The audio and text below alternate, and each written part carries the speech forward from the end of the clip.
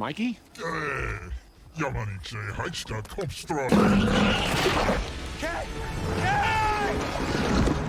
Men in Black 1997 isn't just a fun sci-fi comedy about secret agents and aliens. It's a movie loaded with strange behind-the-scenes stories, unexpected casting twists, and odd production choices you probably never knew. From last-minute script changes to bizarre alien designs that never made it to the screen, the making of Men in Black was almost as wild as the movie itself. So, let's suit up as we dive into 10 weird and wonderful facts about one of the most iconic alien comedies in movie history.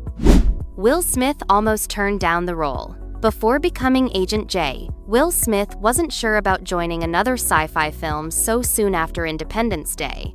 He worried audiences might get tired of seeing him fight aliens. It took producer Steven Spielberg personally calling him to convince him to take the part. Smith has said that Spielberg told him he'd regret it forever if he passed. Clearly, Spielberg was right. The role became one of Smith's most famous performances, launching a franchise and cementing his summer blockbuster status. Sometimes, all it takes is a little push from the most successful filmmaker in Hollywood history. Tommy Lee Jones wanted the script rewritten. When Tommy Lee Jones first read the Men in Black script, he wasn't impressed with the comedy. He felt the humor wasn't sharp enough, and that the story needed more balance between the laughs and the sci-fi action. Director Barry Sonnenfeld agreed, and they brought in screenwriter Ed Solomon to rewrite large portions of the script. Jones liked the new version so much that he signed on immediately. His dry, deadpan delivery ended up being the perfect counterbalance to Will Smith's energy, proving that sometimes a little script surgery can save an entire movie's tone. The worm guys were almost cut. The quirky worm guys, those coffee-loving aliens in the MIB headquarters, almost didn't make it into the movie.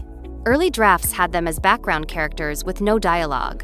But the filmmakers loved their weird design so much that they expanded their role and gave them comedic lines. Audiences loved them so much, they returned in the sequels with even more screen time. It's a classic case of a small, throwaway idea becoming a fan favorite, and it's hard to imagine Men in Black without their caffeinated chatter and strange tube-like bodies lurking in the corner of MIB HQ. Frank the Pug was a diva on set. Frank the Pug, the talking alien dog, was actually played by a real pug named Mushu. While adorable, Mushu wasn't always cooperative. He sometimes wandered off or refused to sit still during takes. The crew had to use treats and toys to keep his attention. His human co-stars, especially Will Smith, often improvised to match Mushu's movements, making their banter even funnier. Frank's sarcastic personality in the movie came from a combination of Mushu's natural stubbornness and clever voice acting by Tim Blaney. In other words, Frank really was a scene-stealing diva, both on-screen and off. The Edgar suit was painfully uncomfortable. Vincent D'Onofrio's performance as Edgar, the farmer taken over by a giant alien bug, was unforgettable and physically demanding. His makeup and prosthetics were so tight that it restricted his movement, forcing him to adopt that stiff, jerky walk. D'Onofrio also wore a special harness to give him a hunched, unnatural shape. To create Edgar's strange voice, he spoke as if his lips barely moved, adding to the alien feel. The discomfort paid off. Edgar became one of the most memorable movie villains of the 90s. A perfect mix of creepy, disgusting, and oddly funny. The headquarters was full of real animal parts. The MIB headquarters set featured a variety of alien specimens, and the props team got creative. Some of the jars actually contained real animal organs and preserved creatures, borrowed from science suppliers. While safe, they added a surprisingly gross realism to the set. Mixed with animatronics and puppetry, it made the alien world feel authentic. Will Smith joked in interviews that he was afraid to touch anything in that room, just in case it was actually alive. The attention to detail in these background props helped make MIB's universe feel lived in and strange, without relying solely on CGI. The ending was changed after filming.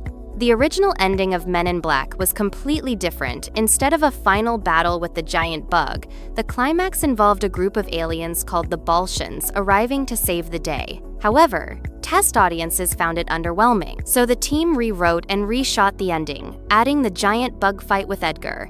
This meant more makeup, more effects, and extra filming time, but it was worth it. The new ending delivered a thrilling, memorable conclusion and gave Agent J his big hero moment, while keeping the film's mix of humor and action intact. The sunglasses almost didn't happen.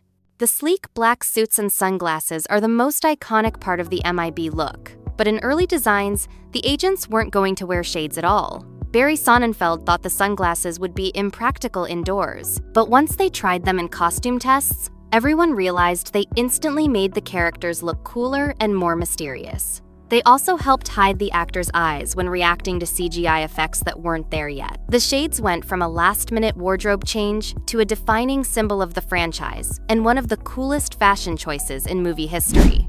Danny Elfman wrote the score in record time. Composer Danny Elfman, famous for his work on Batman and The Nightmare Before Christmas, had an incredibly tight deadline for Men in Black's score. He reportedly wrote the main themes in just a few days, blending spy movie coolness with quirky, alien-sounding rhythms. The music became instantly recognizable and perfectly matched the film's tone. Elfman later said that the fast turnaround worked in his favor. It forced him to rely on instinct rather than overthinking. The result was a soundtrack that's as iconic as the black suits themselves, giving the film its unique and playful energy. The iconic title sequence was all CGI. In 1997, CGI was still relatively new, but the Men in Black opening credits following a flying dragonfly through the city were entirely computer-generated. This was a big deal at the time, as most films still relied on practical effects for such sequences. The CGI team had to carefully match the movement of the camera with the animated insect to make it feel natural. While simple by today's standards, the sequence helped set the tone for the movie's mix of humor and sci-fi wonder. It was a playful way to welcome audiences into the secret world of the MIB.